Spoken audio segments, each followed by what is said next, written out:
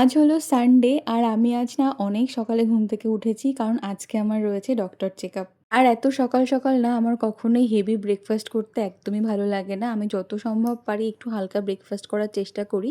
তো আজকে নিয়েছি ২ টো ডিম আর নিয়েছি একটু হরলিক্স। ব্রেকফাস্ট শেষ করেই তো আমি স্নান করে পুরোপুরি রেডি হয়ে নিয়েছি। আর আজকে এত সকালেও যে এতটা গরম পড়েছে, বাইরে বেরিয়েও দেখলাম আজকে ভীষণ রোদ উঠেছে আর গরমও ছিল প্রচুর।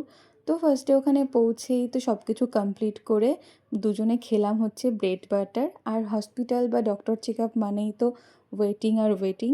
বাড়ি ফিরে না ভীষণ টায়ার্ড ছিলাম, তো ঘুমিয়ে পড়েছি, আর কোনো ভিডিও করা হয়নি। সন্ধ্যাবেলা ঘুম থেকে উঠে ২ টো চিকি খেলাম আর আমার জন্য নিয়ে এসেছিল নিমকি আর গজা মেলা থেকে।